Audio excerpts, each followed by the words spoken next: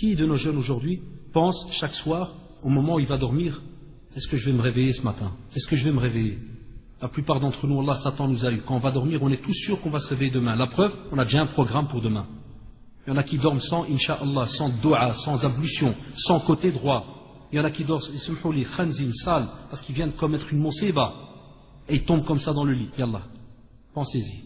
Ce soir, il faudrait que chaque jeune qui rentre, il y pense avant de dormir, qu'il fasse un bilan. Qu'est-ce que j'ai fait moi de ces quelques années? Maintenant que j'entends un peu ce sujet, qu'est-ce que j'ai fait de ces quelques années? Étais-je dans le bien ou dans le mal? Comment j'ai fonctionné? L'autre point aussi très très important, pour que tu saches où tu en es, pose-toi la question, est-ce qu'on peut mettre deux amours dans un seul cœur? Vous allez me dire, de quel amour on parle ici? On va te dire, subhanallah, et c'est prouvé dans les versets, que jamais on ne pourra mettre dans le cœur l'amour d'Allah et l'amour des passions. Ça n'entre pas dans un cœur de musulman. Wallah al-adim, jamais de la vie. Posez-vous cette question. Un cœur de vrai musulman, il doit y avoir l'amour d'Allah. Si tu as l'amour d'Allah, tu es alors connecté, il n'y a pas de problème, tu ne tombes pas dans le haram. Mais si tu mets les deux, d'office, il y en a un qui doit partir. Et c'est pour ça que ceux qui sont dans le haram sont étonnés. D'où il y a un hadith, il y a une tradition authentique qui vous dit que il n'est pas croyant au moment où il commet un tel et tel acte. C'est lequel? La fornication, al-billah. Tu dis un soi-disant croyant, un musulman, au moment où il commet l'adultère, ces jeunes, quand ils le font là, ils croient qu'il est encore musulman. Non, le voile de l'islam, tu ne peux pas le salir. Il est enlevé, comme l'a dit le prophète sallallahu alayhi wa sallam. Tu n'es pas croyant à ce moment-là. Est-ce qu'on y pense à cette tradition quand on est appelé à aller commettre un acte? Est-ce qu'on y pense? Et Inch'Allah, comme c'est exceptionnel, le temps il est assez rapide, je vais clôturer avec une parole de l'imam Shafi'i, rahimahullah, et donner aussi quelques conseils. Donc j'en ai, Inch'Allah, pour encore quelques minutes. Et quand j'ai trouvé ce texte de l'imam Shafi'i, rahimahullah, wallah al-adim, il fait très peur. Il est très très dur. Et écoutez bien les jeunes. Et écoutez bien aussi ceux qui sont dans l'adultère, ceux qui sont dans des relations maintenant hors mariage. Écoutez bien ceux qui veulent faire le pas vers l'adultère. Écoutez bien, qu'est-ce qu'il dit, rahimahullah? Il dit, soyez chastes. Ça dit, retenez-vous. Préservez vos parties intimes. Restez dans le halal, restez propres. Ainsi, c'est très grave ce qu'il va dire. Regardez, il dit ainsi, et c'est drôle parce que l'imam Shafi'i, il interpelle les hommes. C'est très drôle. Parce qu'en son temps, c'est vrai que c'était eux qui étaient le plus accusés. Les femmes, ils avaient encore un peu de l'affaire. Il dit, soyez chastes, ainsi vos femmes s'abstiendront de ce qui est interdit. Et évitez ce qui est indigne du musulman. Parce qu'en vérité, c'est vrai, dès que tu ouvres la porte de l'adultère, on a peur que dès que le respect, c'est fini. Il part de la maison se salit. Il dit, faites attention. Parce que si tu es chaste, alhamdoulilah, on l'espère, ta femme alors, Inch'Allah, s'abstiendra de cela. Parce qu'il dit que la fornication est une dette. Ouais, c'est très dur comme texte. Il dit, zina, les jeunes qui sortent maintenant avec des filles. Et des filles qui sortent avec des garçons. Et on en a parmi nous, et vous le savez. Eh bien, tu sais ce que, quand le cheikh ici, l'imam Shafi'i, rahimahullah, parle de ça, c'est parce qu'il se base sur des textes. Parce qu'il te dit, wallahi, la fornication est une dette. Comprenez ça, hein? C'est une dette. Et il te dit, alors sache que c'est ta famille qui la payera. Hada l'imam Shafi'i, hein? Je vous envoie au livre d'histoire pour voir en quelle année il était. Parce que s'il était maintenant, je crois qu'il serait devenu fou. En ce temps-là, il a dit, c'est ta famille qui va payer, si tu commets toi l'adultère. Celui qui fornique ou forniquera avec un des siens dans son foyer même. Parce qu'il te dit que, si jamais tu fais ça, tu auras quelqu'un, subhanallah, celui qui le fait, eh bien, on forniquera avec un des siens dans son propre foyer. Et ça, on a eu ça. Vous savez, c'est quoi?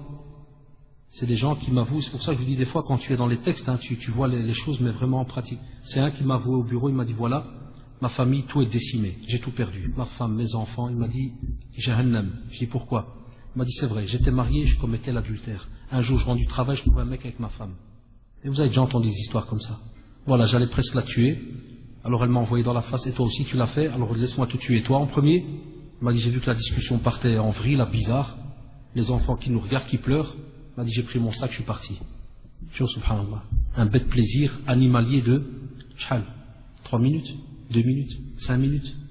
Parce que tout ce qui est fait de manière bestiale, ça dure pas. Ça dure pas, parce qu'il n'a pas de titre en islam.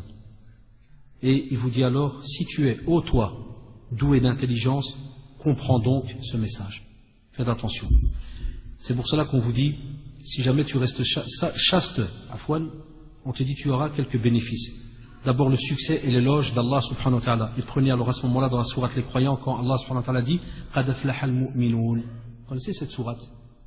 Bienheureux sont certes les croyants. C'est qui? Walladhina hum li furujihim hafidun. Parce que le verset est très long.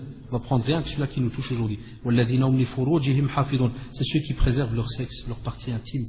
ils ne vont pas dans le haram, ils ne voient pas le haram et ainsi de suite. Et on vous dit même qu'à la fin, qu'est-ce qu'ils gagnent? On vous dit alors, أولئك هم الذين أولئك هم الوارثون الذين يرثون الفردوس هم فيها خالدون. Ça c'est le bénéfice que tu as. Tu hérites de quoi? De Firdaus, parmi les plus hauts degrés du paradis. Et c'est là que vous allez en quelque sorte y demeurer, combien? Khalidun, éternellement. Voilà le bénéfice. Voilà pourquoi on se retient sur terre par rapport au haram. C'est pour gagner dans l'au-delà quelque chose d'éternel. Parce que le haram, il est limité, quelques minutes, tandis que le paradis, il est éternel. Où sont les cerveaux dotés d'intelligence pour faire ce calcul? Aujourd'hui, tu dis à quelqu'un, je te vends une Mercedes de 2005, année 2005, full option, 1000 euros. Le type à la seconde, il va trouver l'argent même dans des grottes, il va sortir 1000 euros. Mais si tu lui dis, viens prier, Inch'Allah, à la fin de Ramadan, avant le Jir, et tu as 500 hasanat. Ouais, c'est bien. C'est bien. Mais il ne bouge pas plus. Il ne va pas courir. Et si tu filmes l'autre là, que tu lui as dit, Mercedes 2005 full option, 1000 euros, filme-le comment il saute. Même les tics. Et si jamais tu veux encore plus l'arnaquer, tu lui fais, Allah, top chrono, je te donne 5 minutes, je veux 1000 euros. Crise cardiaque. Et regardez le doigt qu'il va faire. Là, il dirait plus dur. S'il te plaît, moi, Abdel, des copains, hein. Les copains, ils sortent tout son histoire. Abdel, tout ce qu'on a fait ensemble, sans même les vols que tu as fait avec lui, tout. Abdel, combien je t'ai sauvé. Il veut même te menacer. Wallah, je vais te fdah. Billah, t'attends, Wallah, tu la donnes à quelqu'un d'autre. Ça, c'est pour zbel de dunya. Métal. Mais quand tu lui parles du halal, qu'est-ce qu'il fait? Tranquille, il n'y a rien. On te dit, tu gagnes aussi la sérénité et l'apaisement de l'esprit. Ton cœur, subhanallah, il s'apaise. Pourquoi? Parce que comme on l'a dit, tu reviens vers le Coran. Le Coran, Allah subhanahu wa ta'ala, qu'est-ce qu'il nous a dit? Ala bi dhikrillahi tatma'innul qulub. Revenez vers le Coran. C'est là que les passions en général se dissipent. Parce que le Coran, d'office, se connecte avec ton cœur. Mais bon, faut-il encore s'y habituer? Faut-il encore savoir lire l'arabe? Voilà pourquoi on vous le répétera toujours, chaque fois qu'on vous verra. Et c'est pour ça qu'on te dit, fais attention alors, mets-toi toujours sous la protection d'Allah subhanahu wa ta'ala par rapport à l'invocation. Choisis, donc l'invocation on a dit, c'est silah al-mu'min, c'est l'arme du croyant. Choisis aussi les meilleurs des amis. Choisis autour de toi les meilleurs des amis. Ne laisse pas n'importe qui donc venir autour de toi. On a dit penser aux jeunes. Le jeune, le siyam, il y a des jeunes qui rigolent de ça. On leur dit si tu n'es pas capable de te marier et que tu as des pulsions, des trucs comme ça, jeune. Parce que c'est ce que le prophète a demandé dans une tradition authentique. Il a dit celui-là qui n'a pas les moyens, qu'il jeune. Il y a des jeunes maintenant, ils rigolent de ça. Un jeune, une fois, il m'a contacté, il m'a dit wallah, pas moyen, je fais krtov, je fais que demander en mariage, il n'y a pas moyen. Je fais tchouf, s'il n'y a pas moyen, profite, jeune. Allez, il a rigolé, il m'a dit wallah, ça fait 1 an que je jeûne. Et Octozid, 1 an. Quoi, t'as reçu un ange qui t'a dit tu vas mourir demain? Jeune, si le prophète ça m'a dit qu'il faut le faire, wallah, c'est qu'il y a un bien derrière, il ne va jamais parler dans le vide. Jeune. Le mariage, mariez-vous. Et là, on interpelle les parents. C'est vrai qu'aujourd'hui, ça devient compliqué, mais on a des parents qui bloquent le mariage.